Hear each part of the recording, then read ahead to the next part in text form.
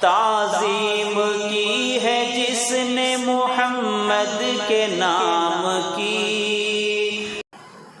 معزز سامعین کرام، پردہ نشین خواتین اسلام، اللہ تبارک و تعالی عالم الغیب والشہادہ ہے۔ غیب کا علم اور کائنات کا علم انسانوں کے تمام تر حالات کا علم، کائنات کے ذرے ذرے کے متعلق علم صرف اور صرف اللہ کو ہے، اور اللہ کو علم ایسا ہے جیسے ہم اپنی ہتھیلی میں رکھی ہوئی کسی چیز کو دیکھ سکتے ہیں۔ ہتھیلی میں رکھی ہوئی چیز کے بارے میں کوئی غلطی نہیں ہو سکتی۔ ہر انسان اپنی ہتھیلی میں جو چیز رکھتا ہے وہ الٹ پلٹ کر دیکھ سکتا ہے کہ وہ چیز کیا ہے اور کیسی ہے۔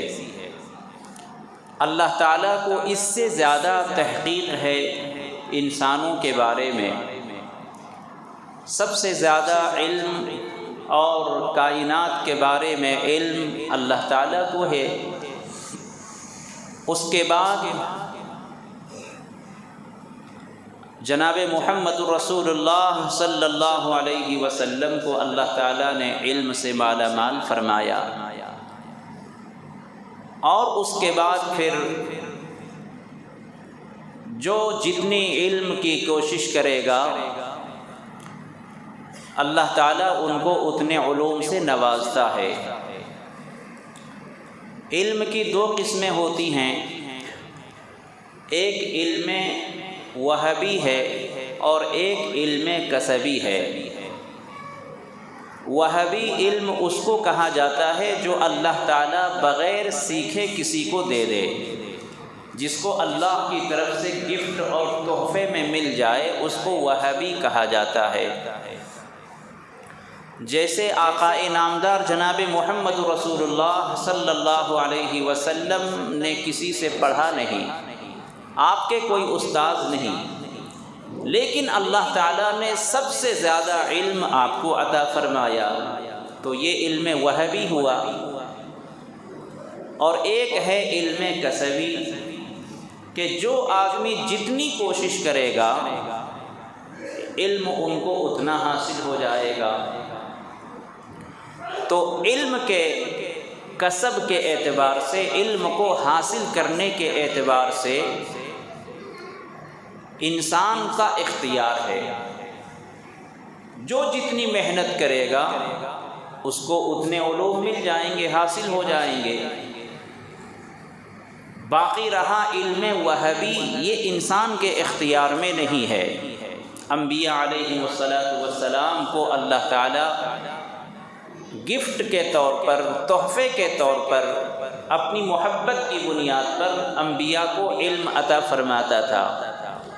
اس کے بعد پھر انسانوں میں جو جتنی کوشش کرتا گیا ان کو علم حاصل ہوتا رہا، لیکن علم کے اعتبار سے دنیا میں کوئی یہ دعویٰ نہیں کر سکتا کہ سارا علم ہمیں حاصل ہو گیا ہے۔ کوئی دعویٰ نہیں کر سکتا انبیاء علیہ السلام کو چھوڑ کر۔ انسانوں میں، دنیا کے اندر ہو سکتا ہے کہ جو علم آپ کو حاصل ہو وہ ہمیں حاصل نہ ہو، اور جو علم ہمیں حاصل ہو وہ آپ کو نہ ہو۔ تو علم ایک سمندر ہے، جو اس میں بکٹ ڈالے گا بکٹ بھر کر نکالے گا، جو اس میں ڈرم ڈالے گا وہ ڈرم بھر کر نکالے گا، جو اس میں جگ ڈالے گا وہ جگ بھر کر نکالے گا، جو اس میں گلاس ڈالے گا وہ اپنے گلاس کے بقدر، جو اس میں کٹورے ڈالے گا کٹورے کے بقدر، جو اس میں ایک چھوٹی سی شیشی اور باٹل ڈالے گا وہ باٹل کے اعتبار سے علم حاصل کرے گا۔ تو علم ایک سمندر ہے، جو اس میں غوطہ لگا لے جو اس میں ڈبکی لگا لے تو وہ علم کے خزانے کو حاصل کرتا ہے۔ سمندر کی گہرائی میں جو موتی ہے، جو قیمتی پتھر ہے، اس کو حاصل کرنے کے لیے سمندر کے اوپر تیرنے سے کام نہیں چلے گا، سمندر کی تہ میں اور گہرائی میں اترنا پڑے گا۔ اسی طرح علم کے سمندر میں جو صرف تیرتے ہیں اوپر، جو کتاب ملی تھوڑا پڑھ لیا، سوتے وقت تھوڑی سی کتاب دیکھ لی، نیند آئی، کتاب ایک طرف، نیند آ گئی۔ تفریح کے لیے اور دل کو بہلانے کے لیے، ٹائم پاس کے لیے جو کتاب کا مطالعہ کرتے ہیں ان کو کوئی حاصل نہیں ہوتا، اس کو علم کی گہرائی نہیں کہتے۔ علم کی گہرائی کا مطلب یہ ہے کہ انسان اس میں ایسا ڈوب جائے پڑھتے پڑھتے کہ ان کو دنیا اور دنیا کی ساری چیزوں کی کوئی پرواہ ہی نہ ہو، کچھ بھی خبر نہ ہو کہ آمنے سامنے سے کون گزر گیا، کون بیٹھا ہے۔ پڑھنے کے اندر وہ ایسا منہمک ہو گیا، ایسا غرق ہو گیا کہ ان کو کچھ بھی خبر نہیں کہ میرے سامنے سے کون گزر رہا ہے۔ علم کے اندر جو مقناطیسی طاقت ہے، علم کے اندر جو کھچاؤ ہے، لگاؤ ہے، جیسے مچھلی کو پانی سے محبت ہوتی ہے، پانی سے تھوڑی دیر نکال دو مچھلی تڑپنے لگتی ہے، پھر پانی میں ڈال دو تیرنے لگتی ہے، آرام سے رہتی ہے، چین سے رہتی ہے۔ ایسے ہی پڑھنے والے کے لیے تھوڑی دیر کے لیے کتاب ان سے لے لیں، ان سے تھوڑی دیر بات کرنے لگے تو وہ بے چین ہو جائے گا کہ یار یہ کہاں سے آ گیا، میرا نقصان کر رہا ہے، میں پڑھ رہا تھا، خواہ یہ آ کر ڈسٹرب کر دیا۔ ایک اچھے پڑھے لکھے انسان کے لیے، جن کو پڑھنے پڑھانے سے عشق ہو گیا ہو، محبت ہو گئی ہو، ان کو بادشاہ کی حویلی بھی اچھی نہیں لگتی، ایک ٹوٹی پھوٹی لائبریری اچھی لگتی ہے۔ حقیقی طور پر پڑھنے پڑھانے سے عشق ہونا چاہیے، محبت ہونی چاہیے، اور ایسے لوگ اس دنیا میں پیدا ہوئے اور نام کما کر چلے گئے، کتابیں لکھ کر اپنے پیچھے چھوڑ کر چلے گئے، جن کو پیار تھا، عشق تھا، محبت تھی پڑھنے پڑھانے سے۔ جب انتقال ہو رہا تھا، جب وہ اس دنیا سے جا رہے تھے تو کتاب ان کے سینے پر پڑی ہوئی تھی۔ جب انتقال ہو رہا تھا تو علمی گفتگو ہوتے ہوتے انتقال ہوا۔ کیا وہ اللہ والے تھے، کیا وہ علم کے رسیا تھے کہ دنیا کی ساری مشغولیات کے باوجود کیا وہ شادیاں نہیں کرتے تھے؟ کیا وہ کاروبار نہیں کرتے تھے؟ کیا ان کی بچیوں کی، بیٹوں کی شادیاں نہیں ہوتی تھیں؟ کیا ان کے گھر کوئی مہمان نہیں آتا تھا؟ کیا ان کے گھر کوئی بیمار اور کوئی شادی نہیں ہوتی تھی؟ سارے وہ کام جو آج ہم کرتے ہیں وہ بھی کرتے تھے، لیکن علم سے ان کو لگاؤ تھا، پڑھنے پڑھانے سے محبت تھی، علم کا ایک مقام تھا۔ اتنی مصروفیات کے باوجود، اتنی مشغولیات کے باوجود ان کو پڑھنے پڑھانے سے کوئی روک نہ سکا۔ حضرت امام ابی یوسف رحمۃ اللہ علیہ، دنیا میں 4 بڑے امام گزرے ہیں، حضرت امام اعظم ابو حنیفہ رحمۃ اللہ علیہ، حضرت امام شافعی رحمۃ اللہ علیہ، حضرت امام مالک رحمۃ اللہ علیہ، حضرت امام ابی یوسف رحمۃ اللہ علیہ۔ یہ 4 امام گزرے ہیں۔ حضرت امام ابی یوسف رحمۃ اللہ علیہ کے بارے میں آتا ہے کہ جب ان کے انتقال کا وقت آیا، جب آخری وقت آیا ہے، حالت نزا جب طاری ہوئی ہے، تو شاگرد اور ان سے پڑھنے والے معتقدین مریدین کی بھیڑ ہے، آخری وقت کے لیے، آخری دیدار کے لیے سب لوگ وہاں جمع ہیں۔ حضرت امام ابی یوسف رحمۃ اللہ علیہ کو علم سے کتنا تعلق تھا، کتنی محبت تھی، علم دین سے اور فقہ سے کیسی محبت تھی۔ اس وقت جب کہ انسان حالت نزا میں ہوتا ہے، موت کی تکلیف اور سختی میں ہوتا ہے، اس وقت اپنے بچوں اور رشتہ داروں کو یاد کرتا ہے، وصیت کرتا ہے، پانی منگواتا ہے، درد کی تکلیفوں میں رہتا ہے۔ حضرت امام ابی یوسف رحمۃ اللہ علیہ اپنے شاگرد سے سوال کرتے ہیں اور پوچھتے ہیں کہ بیٹے یہ بتاؤ کہ حاجی کے لیے رمی جمار، شیطان کو جو کنکری مارتے ہیں حاجی، وہ رمی جمار راکباً افضل ہے، سواری پر سوار ہو کر کنکر شیطان کو مارنا افضل ہے، یا ماشین پیدل چل کر زمین کے اوپر سے مارنا افضل ہے؟ سوال یہ ہے۔ امام ابی یوسف رحمۃ اللہ علیہ حالت نزا میں ہیں، موت کا وقت قریب ہے، اور اپنے شاگرد سے یہ سوال کرتے ہیں کہ بیٹے یہ بتاؤ کہ ایک حاجی جو شیطان کو کنکری مارے گا وہ سواری پر سوار ہو کر مارے گا یا زمین پر پیدل چلتے ہوئے مارے گا؟ شاگرد نے کہا کہ حضرت افضل ہے کہ سواری پر سوار ہو کر مارے اور چلتے بنے، وہاں نہ ٹھہرے۔ امام ابی یوسف نے فرمایا لا، نہیں، جواب غلط ہے۔ پھر شاگرد نے کہا کہ ماشین افضل ہے، چلتے ہوئے پیدل چلتے ہوئے مارے وہ افضل ہے۔ پھر امام ابی یوسف نے فرمایا کہ لا، جواب غلط ہے۔ حضرت امام ابی یوسف رحمۃ اللہ علیہ اپنے شاگرد سے اس وقت یہ مسئلہ بتا رہے ہیں جب حالت نزا میں ہے، موت کا وقت قریب ہے۔ آپ اس سے سمجھ سکتے ہیں کہ امام ابی یوسف کو علم سے کتنا تعلق تھا، کتنا ربط تھا۔ یہی وجہ ہے کہ پوری دنیا میں امام ابی یوسف کے علم کو اللہ تعالیٰ نے چمکایا اور لوگوں کے دلوں میں بٹھایا، علم کا ڈنکا بج گیا۔ اب مسئلہ امام ابی یوسف رحمۃ اللہ علیہ نے جو جواب دیا ہے وہ یہ فرمایا کہ اگر کوئی حاجی راکباً، اگر کوئی حاجی اس کے بعد کوئی طواف کرنے والا ہے تو پھر ان کے لیے چل کر مارنا ان کے لیے افضل ہے، چونکہ اس کو رمی جمار کے بعد طواف بھی کرنا ہے، تو اس لیے وہ پیدل چل کر سواری پر بغیر سوار ہوئے وہ کنکری مار کر طواف کر لے، اس کے بعد سوار ہو جائے۔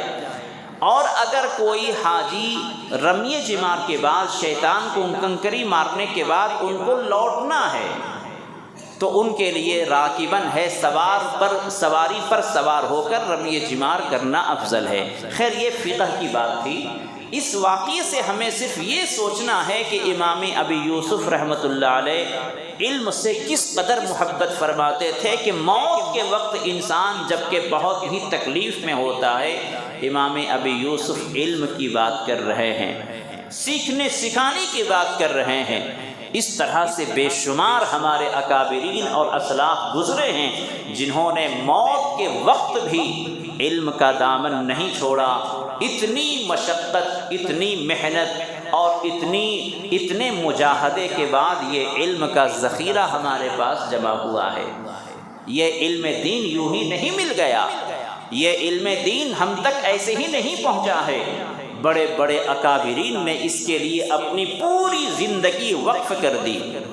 حضرت شاہ عبد القادر رائے پوری رحمۃ اللہ علیہ بہت بڑے علم والے اور اللہ والے گزرے ہیں۔ ان کے بارے میں لکھا ہے کہ جب یہ دارالعلوم دیوبند داخلے کے لیے تشریف لے گئے تو سیٹیں پر ہو چکی تھیں، داخلے پورے ہو چکے تھے، ایک بھی گنجائش نہیں تھی۔ تو حضرت شاہ عبد القادر رائے پوری رحمۃ اللہ علیہ نے دارالعلوم دیوبند کے پرنسپل سے درخواست کی اور کہا کہ حضرت میرا داخلہ لے لیا جائے، میرا ایڈمیشن کر لیا جائے۔ تو محتمم صاحب نے فرمایا کہ دیکھو دارالعلوم دیوبند میں مطبخ نہیں ہے، کچن نہیں ہے، کھانے کا نظم نہیں ہے، جو بچے آتے ہیں ان کو بستی والوں میں تقسیم کر دیا جاتا ہے، ہر گھر والے 2 بچوں کا کھانا پکا کر بھیجتے ہیں اور بچے کھا لیتے ہیں۔ تو اب گاؤں میں، بستی میں کوئی گھر ایسا نہیں ہے جس کی ذمہ داری آپ پر ڈالی جائے، جن کے گھر میں آپ کو بھیجا جائے جہاں سے وہاں کھانا آئے، اس لیے داخلے کی گنجائش نہیں ہے، کھانے کا انتظام نہیں ہے۔ تو حضرت شاہ نے فرمایا کہ اگر کھانے کی ذمہ داری میں خود لے لوں، اپنی ذمہ داری، اپنے کھانے کی ذمہ داری میں اٹھا لوں گا، مدرسے پر نہیں ڈالوں گا، تو کیا میرا داخلہ ہو جائے گا؟ تو دارالعلوم دیوبند کی انتظامیہ نے کہا کہ ہاں، تب آپ پڑھ سکتے ہیں، کلاس میں آپ بیٹھ سکتے ہیں۔ حضرت شاہ رحمۃ اللہ علیہ نے بس پڑھنا شروع کر دیا۔ اس شرط پر داخلہ ہوا کہ آپ کھانے کی ذمہ داری خود اٹھا دو، مدرسے کے اوپر ذمہ داری نہیں۔ اب وہ پڑھنا شروع کر دیے، اور پڑھنے کا جو طریقہ تھا، زندگی گزارنے کا جو طریقہ تھا، خدا کی قسم آج ہمیں یہ واقعہ سن کر یقین بھی نہیں آئے گا، چونکہ ہم نے غربت دیکھی نہیں ہے، ہم نے مفلسی دیکھی نہیں ہے۔ آج ہمارے یہاں کھانے میں شاید ہی کوئی ایک دن کوئی ایک سالن پکے، یا صرف دال پر گزارا کر لیں۔ ہماری شادیوں میں 3 4 رقم کی میٹھی چیزیں بنتی ہیں، میٹھے بنتے ہیں، ولیمے میں، عقیقے میں، نہ جانے کتنے رقم کے ہم کھانے کھاتے ہیں، صرف چاول پر اکتفا نہیں کرتے۔ روٹی ہوتی ہے، سیویاں ہوتی ہیں، مچھلی ہوتی ہے، چکن ہوتا ہے، نہ معلوم کتنے رقم کے ہم کھانے کھاتے ہیں۔ قربان جائیے ہمارے اسلاف اور بزرگان دین پر۔ حضرت شاہ رحمۃ اللہ علیہ فرماتے ہیں کہ میں نے دارالعلوم دیوبند میں پڑھنا شروع کیا، کھانے کی ذمہ داری میرے اوپر تھی۔ میں کیا کرتا تھا وہ سنو۔ وہ فرماتے ہیں کہ جب پڑھائی پوری ہو جاتی، شام تک، رات تک پڑھائی ہوتی، جب رات ہو جاتی تو میں استاد سے چھٹی لے کر شہر میں نکل جاتا، بازاروں کی طرف نکل جاتا۔ دکانیں سب بند ہو چکی ہوتی، تو کسی دکان کے سامنے آم کے چھلکے نظر آتے، کسی دکان کے سامنے خربوزے کے چھلکے نظر آتے، فروٹ اور سبزیوں کے چھلکے جو ہمیں پڑے نظر آتے تھے، میں اس کو چن کر لاتا تھا، اور مدرسے میں اس کو اچھی طرح سے دھو کر پاک صاف کر کے میں اس سے اپنی بھوک مٹا کر پیٹ بھر کر میں پڑھا کرتا تھا۔ اللہ اکبر! یہ ہمارے اکابرین ہیں جن کی جوتیوں کے صدقے ہمیں علم ملا ہے، جن کی محنت کی وجہ سے یہ علم کا ذخیرہ ہم تک پہنچا ہے۔ اتنی آسانی سے ایک بٹن دبایا، انٹرنیٹ پر ساری چیزیں۔ انٹرنیٹ پہ آیا کیسے؟ یہ ہمارے اکابرین کی محنتوں کا ثمرہ ہے کہ آج سارا علم موجود ہے اور ہم تک یہ دین پہنچا ہے۔ اگر ہمارے اکابرین محنت نہ کرتے، اسلاف محنت نہ کرتے، تو یہ علم کا ذخیرہ ہم تک نہیں پہنچتا۔ علم سے ایسا ان کو لگاؤ تھا جیسے لوہے اور میگنیٹ میں تعلق ہوتا ہے۔ استاد اور شاگرد میں ایسی محبت تھی۔ علامہ ابن تیمیہ رحمۃ اللہ علیہ کے بارے میں لکھا ہے کہ علامہ ابن تیمیہ رحمۃ اللہ علیہ کو ایک مرتبہ حاکم وقت نے قید کر لیا اور جیل میں ڈال دیا۔ پہلے زمانے میں جو بادشاہ ہوتا تھا، جو حاکم وقت ہوتا تھا، وہ علماء سے غلط فتوے لینے کے لیے زور ڈالتا تھا، زبردستی کیا کرتا تھا، تاکہ عوام بادشاہ کی طرف متوجہ رہے، بادشاہ کی حمایت میں رہے، بادشاہ کے فیور میں رہے، بادشاہ کے خلاف نہ ہو، باغی نہ بنے۔ اس لیے علماء کا سہارا لیا جاتا تھا۔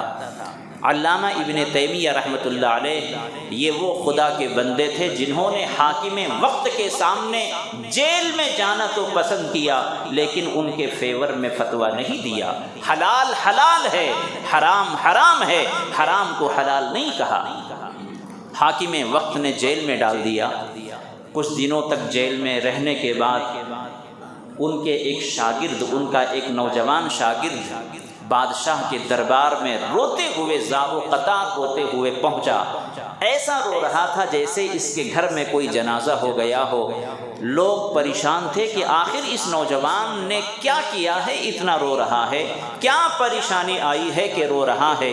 دربار میں موجود لوگوں نے محسوس کیا کہ یہ نوجوان جس کے چہرے پر، جس کی پیشانی پر علم کا نور چمک رہا ہے، اس کے اندر جو چاہت ہوگی، جو یہ تمنا کرے گا اور جو یہ فرمائش کرے گا، بادشاہ ضرور پوری کرے گا۔ بھری محفل میں، بھرے دربار میں بادشاہ نے اس نوجوان نے پوچھا کہ بیٹے تمہارے اوپر کیا پریشانی آ گئی، تم ایسا کیوں رو رہے ہو؟ آخر کیا وقت آ گیا ہے کہ تم اس قدر زار و قطار رو رہے ہو؟ بتاؤ، تمہاری جو پریشانی ہوگی وہ دور کی جائے گی، جو تمہاری خواہش ہوگی وہ پوری کی جائے گی۔ اس نوجوان نے کہا کہ جناب مجھے آپ جیل میں ڈال دیجئے۔ بادشاہ حیران، دربار میں سب لوگ حیران کہ یہ نوجوان ہے، اس نے کوئی جرم نہیں کیا اور جیل میں جانے کی خواہش کر رہا ہے۔ بادشاہ نے پوچھا کہ ایسا کیوں؟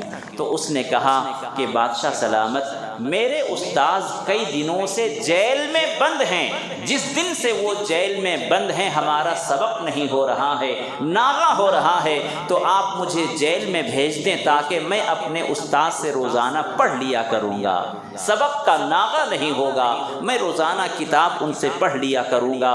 یہ واقعہ، یہ قصہ اور کہانی نہیں ہے، یہ علم کے رسیا لوگوں کی محبتوں کے واقعات ہیں جو اس دھرتی پر اور اس سرزمین پر ہوا ہے۔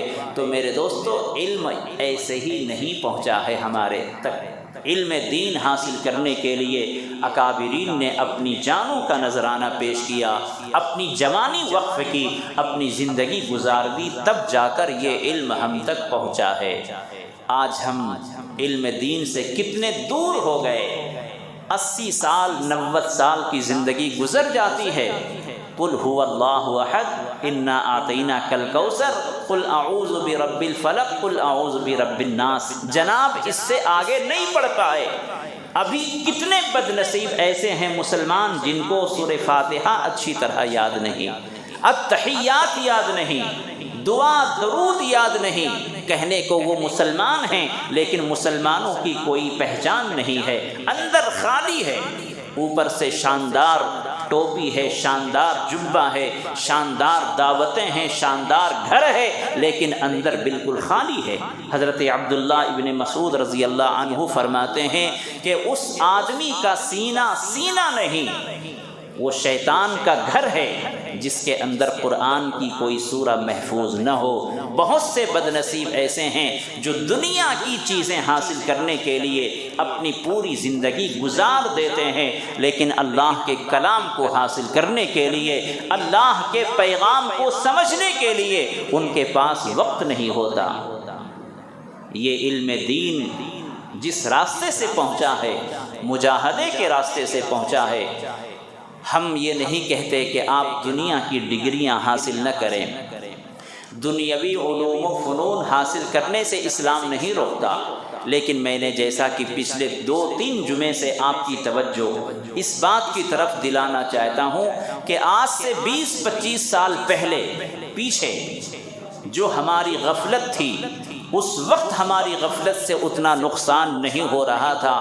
اب اگر غفلت ہوئی دینی تعلیم سے، مساجد کے مکاتب کی تعلیم سے، تو یاد رکھیں یہ غفلت ہماری ہلاکت کا ذریعہ بنے گی، ہماری نسل کے ارتداد کا ذریعہ بنے گی۔ اگر ہم ابھی بھی غافل رہ گئے، ہماری اولاد اگر ہماری نگاہوں کے سامنے مسلمان نہ بن سکی، اگر ہم نے اپنی اولاد کی صحیح تعلیم و تربیت اپنی نگاہوں کے سامنے نہ کر سکے، تو یاد رکھیں کسی گورنمنٹ کے اوپر ہم بھروسہ نہیں کر سکتے، کسی اسکول کے اوپر بھروسہ نہیں کر سکتے۔ ہم بحیثیت مسلمان اپنی اولاد کو صحیح طور پر مسلمان بنانے کی کوشش کر لیں، اور آپ اپنی زندگی ہی میں ان کی جیسی تربیت کریں گے وہ بچے آپ کو ویسے نظر آنے چاہیے۔ اگر آپ اپنے بچے پر مطمئن ہیں کہ ہاں الحمدللہ میرے بچے کے اچھے اخلاق ہیں، تعلیم و تربیت ہم نے اچھی کر دی ہے، 10 لوگ جس کی گواہی اور شہادت دے دیں آپ ان کو اچھی طرح سے اندر باہر سے دیکھ چکے ہیں، آپ کا دل مطمئن ہے، تو آپ کامیاب باپ ہیں، آپ کامیاب باپ ہیں جنہوں نے ایسی تربیت کی ہو۔ لیکن اگر آپ دل کے بہلانے کے لیے اگر آپ کہتے ہیں واہ الحمدللہ میرے 3 بچے ہیں، ایک بچے کو ڈاکٹر بنایا، ایک کو انجینئر بنایا، ایک کو لائر بنایا، تعلیم و تربیت اسلامی طور پر نہیں ہوئی ہے، تو آپ غافل نہ رہیں، آپ خوش فہمی میں نہ رہیں، آپ کی زندگی ہی میں آپ کو خون کے آنسو رونے پڑیں گے، اور یہ ہمارا اور آپ کا واقعہ نہیں، زمانے سے ایسا چلتا آ رہا ہے۔ صرف دنیا کی ڈگریاں حاصل کرنے سے کوئی انسان کامیاب نہیں ہو سکتا۔ آپ کہیں گے کہ حضرت کیا بات کر رہے ہیں، دنیا بہت ترقی کر چکی ہے، لیکن اندر آپ جھانک کر دیکھیں، میں بھی کہتا ہوں کہ دنیا بہت ترقی کر چکی ہے، لیکن جو دنیاوی علوم و فنون حاصل کر کے عروج تک پہنچے ہوئے ہیں، بہت اعلیٰ ڈگری انہوں نے حاصل کر لی ہے، لیکن ان کا اندر دیکھیں اندھیرا ہے، حقوق کی کوئی پرواہ نہیں ہے، باپ بیٹے کے اندر حقوق کی پرواہ نہیں۔ ماں بیچاری جو اپنی اولاد کی خوشی میں ہمیشہ دعاؤں میں رہتی ہے، ہمیشہ اپنی اولاد کی ترقی کے لیے، خوشی کے لیے ہر وقت دعاؤں میں رہتی ہے، ان کی ترقی اور خوشحالی کے لیے ہمیشہ کوشش میں لگی رہتی ہے۔ ماں باپ یہ اولاد کے لیے یہ انمول اور قیمتی دولت ہیں۔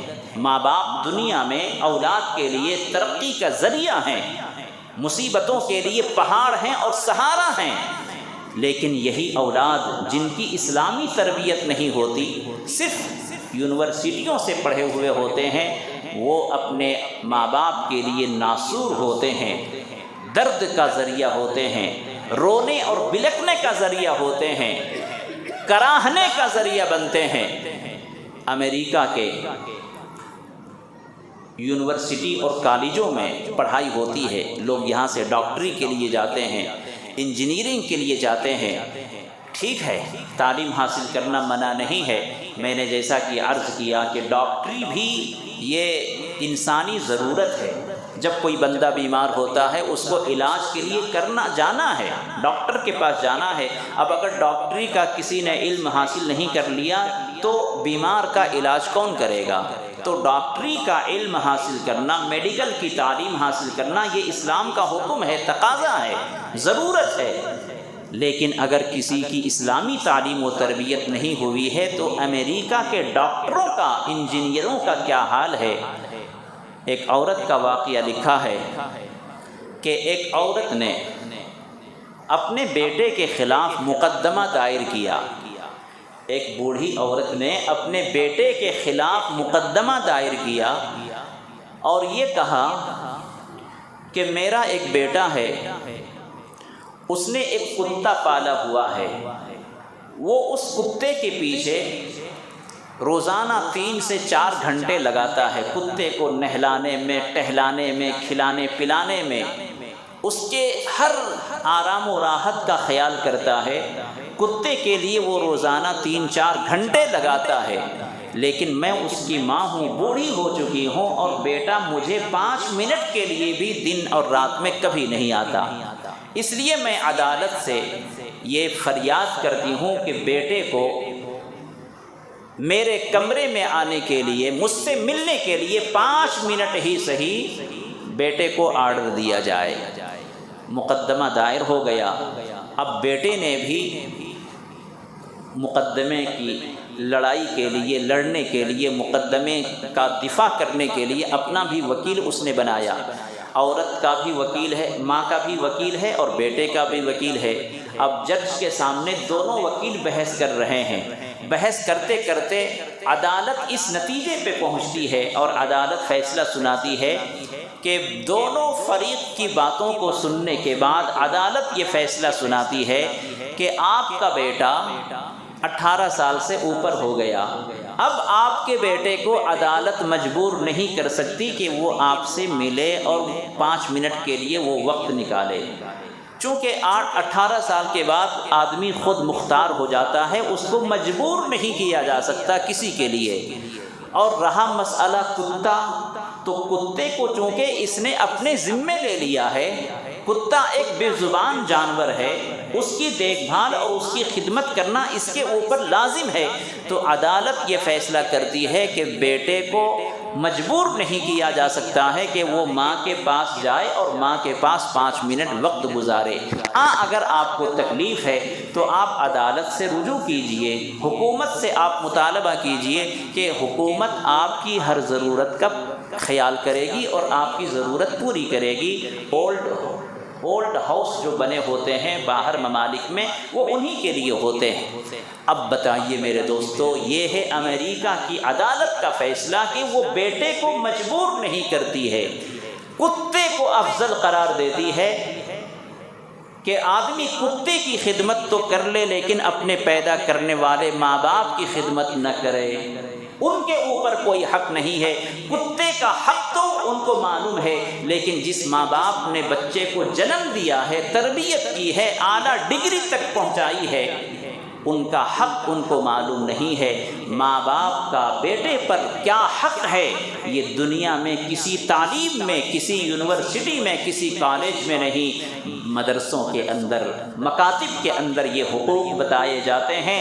اللہ کے رسول صلی اللہ علیہ وسلم نے فرمایا کہ ماں کے قدموں کے نیچے جنت ہے اور باپ جنت کا بیچ دروازہ ہے۔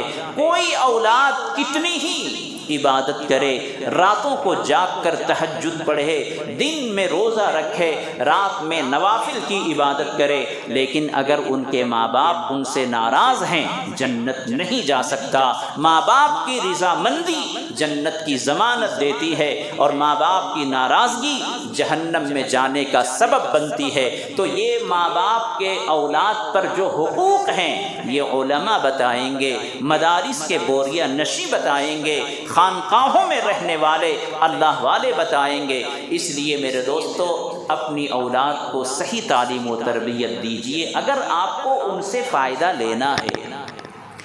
زندگی میں اگر کوئی اولاد ماں باپ کو فائدہ نہیں پہنچاتی، مرنے کے بعد کون دیکھتا ہے؟ اب کے زمانے میں مرنے کے بعد حالات ایسے آ گئے ہیں، جس دن کسی کے گھر کوئی انتقال ہوتا ہے 1-2 دن تک مسجد میں وہ نظر آتے ہیں، حضرت دعا کرو میری امی کا انتقال ہو گیا، حضرت دعا کرو ابا کا انتقال ہو گیا، حضرت چلو ذرا قبرستان مکان جا کر آئیں گے، 2-3 دن تک۔ اس کے بعد کوئی غم نہیں۔ آنے والے زمانے میں ایک ہی غم تھوڑی ہے، ایک غم کے بعد دوسرا غم آیا، دوسرے غم کے بعد پہلا غم ختم ہو گیا، بھول گیا، پھر سالوں میں یاد کیے جائیں گے۔ تو اپنی اولاد کی صحیح تعلیم و تربیت کیجیے اگر مرنے کے بعد بھی فائدہ اٹھانا ہے۔ اسی لیے اللہ کے رسول صلی اللہ علیہ وسلم نے فرمایا کہ انسان کے مرنے کے بعد اس کی نیکیوں کا سلسلہ بند ہو جاتا ہے، لیکن 3 کام ایسے ہیں کہ مرنے کے بعد بھی ان کو نیکیوں کا سلسلہ ملتا ہے۔ اس میں ایک نیک صالح اولاد کو چھوڑنا ہے۔ انتقال ہونے سے پہلے آپ اپنے بچے کو نیک صالح اولاد بنائیں، اسلامی تعلیم و تربیت کریں، تب جا کر آپ کی اولاد آپ کے لیے صدقہ جاریہ بنے گی اور قیامت کے دن مغفرت کا ذریعہ بنے گی۔ اس لیے میرے دوستو، اسکولوں کی تعلیم شوق سے دلائیں۔ اسلام کا حکم ہے، انسانی ضرورت ہے، لائر بنائیں، ڈاکٹر بنائیں، انجینئر بنائیں، جو بھی آپ کو علم دینا ہو، جو بھی ڈگری ان کو دلانا ہو، شوق سے دلائیں اور دلانا ہے۔ ہمارے ایک ہاتھ میں قرآن ہو، ایک ہاتھ میں کمپیوٹر ہو، دونوں کا بیلنس برابر رکھنا ہے۔ اگر ہم نے اپنے بچوں کی بنیادی تعلیم، فاؤنڈیشن، اگر تعلیم و تربیت اسلامی تربیت کی ہے، اللہ کی وحدانیت ان کے اندر پیدا کر دیا ہے، اللہ کے رسول صلی اللہ علیہ وسلم کی رسالت، سنت اور شریعت کی حقیقت ان کے دل میں بٹھا دی ہے، تو دنیا کے جس کونے میں بھی وہ جائے گا، ارتداد کی آندھی اور ہوا اور طوفان اس کا کوئی نقصان نہیں پہنچائیں گے۔ لیکن یاد رکھیں، اگر ہم نے لاڈ پیار میں مدرسوں کو نظر انداز کر دیا، بچوں کے لاڈ پیار میں، ان کے ناز و نخرے میں، محبت میں ہم نے صرف اسکول کی تعلیم دی ہے، اسکول کی تعلیم دی ہے، مدرسے کا منہ نہیں دیکھا ہے، تو یاد رکھیں آپ کے مرنے پر، آپ کے انتقال پر، آپ کی قبر پر وہ فاتحہ بھی نہیں پڑھ سکتا ہے۔ حالات ایسے آ رہے ہیں، اس لیے میرے دوستو ہر محلے میں اور ہر گلی میں الحمدللہ مدارس کا انتظام ہے، مساجد ہیں، وہاں مکاتب چلتے ہیں۔ اپنے بچوں کی تعلیم و تربیت میں دلچسپی دکھائیں۔ آپ اسکول کی تعلیم دلاتے ہیں، الحمدللہ جس جذبے اور شوق سے آپ ان کو اسکول بھیجتے ہیں اسی جذبے اور شوق سے آپ مدرسے میں بھیجیں۔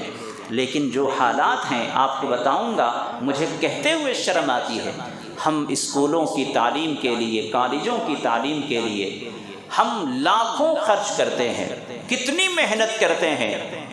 ایک بچے کے لیے ہم اسکول میں اور کالجوں کے لیے کتنی محنت کرتے ہیں، کتنے پیسے خرچ کرتے ہیں، اور مدرسے کی تعلیم کے لیے جو ایک معمولی فیس ہوتی ہے، معمولی فیس 100 روپے 200 روپے ایڈمیشن، کتاب 20 30 25 50 روپے، اس کے باوجود بہت سارے بخیل اور کنجوس اور محروم آدمی جن کو اولاد سے صرف دنیا کمانے تک کی محبت ہے، اپنی آخرت بنانے کی کوئی فکر نہیں ہے، قرآن کی تعلیم سے کوئی لگاؤ نہیں ہے، وہ 10-20 روپے کے لیے، 100 150 200 روپے کے لیے وہ ریٹ معلوم کر کے چلے جاتے ہیں۔ حضرت داخلہ کرنا ہے، اس کا ایڈمیشن کرنا ہے، کتنا ہے؟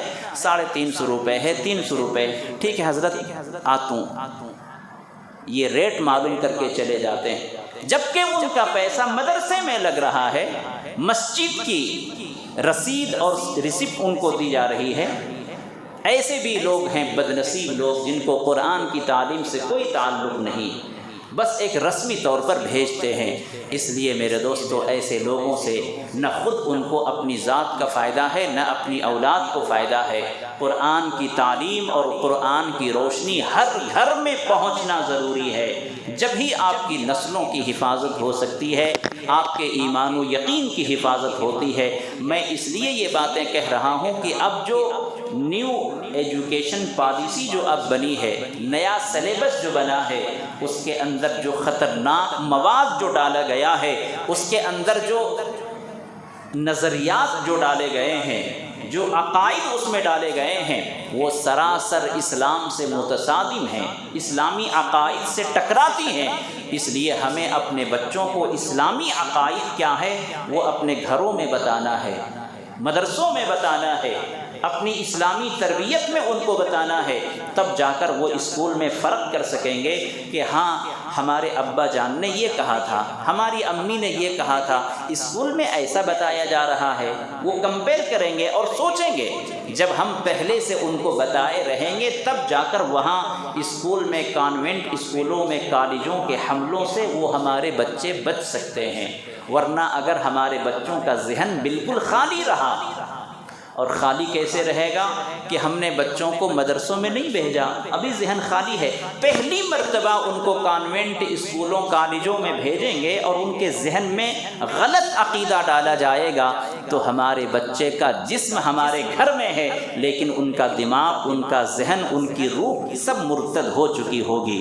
اس لیے میرے دوستو غور کرنے کی بات ہے یہ، ہر آدمی اپنے اپنے گھروں میں اسلامی تربیت کا ماحول بنائے، تب جا کر ہمیں اطمینان ہو سکے گا کہ ہاں الحمدللہ ہمارے بچے محفوظ ہیں۔ اللہ تعالیٰ سے دعا ہے اللہ تعالیٰ ہم سب کو اسلامی تعلیم و تربیت کی توفیق عطا فرمائے، مدارس سے ہمارا رابطہ مضبوط فرمائے، مساجد سے ہمارا کنیکشن مضبوط فرمائے۔ حالات بہت ہی خطرناک ہیں، ہمیں اپنے مساجد کی حفاظت خود کرنی پڑے گی، مدارس کی حفاظت خود کرنی پڑے گی۔ جو حالات آئے ہیں یہ ڈھکے چھپے نہیں ہیں اور آج کی بات نہیں ہے، بہت زمانے سے ان کی کوششیں، یہ ناپاک کوششیں چل رہی تھی۔ اب جب ان کی میجارٹی آئی ہے تو وہ اپنے رنگ میں رنگے ہوئے ہیں، بے ہوش ہیں، اپنی طاقت پر، اپنے اقتدار پر غرور اور گھمنڈ ہے۔ بہرحال اللہ تعالیٰ مغروروں کو جب فرعون کو دریا میں ڈبو دیا، غرق کر دیا، تو یہ کون ہے لوگ؟ اس لیے ہمیں گھبرانے کی ضرورت نہیں ہے، لیکن ہمیں اپنی حفاظت کے لیے، اپنی نسل کی حفاظت کے لیے، اپنی مساجد و مدارس کی حفاظت کے لیے ہمیں اپنے آپ کو تیار رکھنا ہے۔ اور تیار رکھنے کا کیا مطلب ہے؟ کہ ہم دین کے اعتبار سے بیدار ہو جائیں۔ لاٹھی تلوار بندوق کی ضرورت نہیں ہے۔ آقا صلی اللہ علیہ وسلم ایک تنے تنہا تھے، آپ کے ذریعے سے مدینے کے اندر، مکے کے اندر اور پوری سرزمین حجاز کے اندر، اور پھر رفتہ رفتہ پوری دنیا کے اندر جو اسلام کی روشنی پہنچی ہے، یہ کس لاٹھی سے پہنچی ہے؟ کس بندوق اور تلوار سے پہنچی ہے؟ یہ کسی لاٹھی بندوق تلوار سے نہیں، اخلاق کی روشنی میں پہنچی ہے۔ تو ہمیں اپنے اخلاق کا مظاہرہ کرنا ہے، اپنے دینی تعلیم اور اسلامی احکام پر عمل کرنا ہے، تب جا کر اسلامی احکامات کی حفاظت ہوگی اور دین کے قلعوں کی حفاظت ہوگی۔ ہر گھر سے مدرسے کا تعلق جڑ جائے، مدرسے کی حفاظت، ہر گھر سے مسجد کا کنیکشن جڑ جائے، یہ مسجد کی حفاظت۔ آپ یوں ہی چھوڑ دیں، مسجد میں نہ آئیں، مسجد میں کوئی جھاڑو نہ لگائے، مسجد میں اذان نہ ہو، تو ویسے ہی یہاں جالے پڑ جائیں گے اور جھاڑیں یہاں اگنا شروع ہو جائیں گی، ویرانیت برسے گی، وحشت ہوگی۔ اور مسجد کی آبادی جب ہوگی تو مسجد کی حفاظت بھی ہوگی۔ اگر مسجد میں آپ آنا جانا بند کر دیں، کچھ دنوں میں دیوار سے سیمنٹ جھڑنا شروع ہوگا، دیواریں گر جائیں گی، مسجد ویران ہو جائے گی۔ مدارس کا بھی یہی حال ہے۔ تو اس لیے میرے دوستو، ہر گھر سے مسجد کا، مدرسے کا تعلق ہونا چاہیے۔ مدرسے کے اندر اپنے بچوں کو داخل کریں، مساجد سے، نمازوں کے ذریعے سے ہمارا کنیکشن بنا رہے۔ انشاءاللہ ان دشمنان اسلام کو کتوں کی طرح بھوکنے دیجئے، انشاءاللہ ان سے کچھ ہمارا نقصان ہونے والا نہیں ہے۔ اللہ تعالی ہمیں ان باتوں پر عمل کرنے کی توفیق عطا فرمائے۔ وآخر دعوانا ان الحمد للہ رب العالمین۔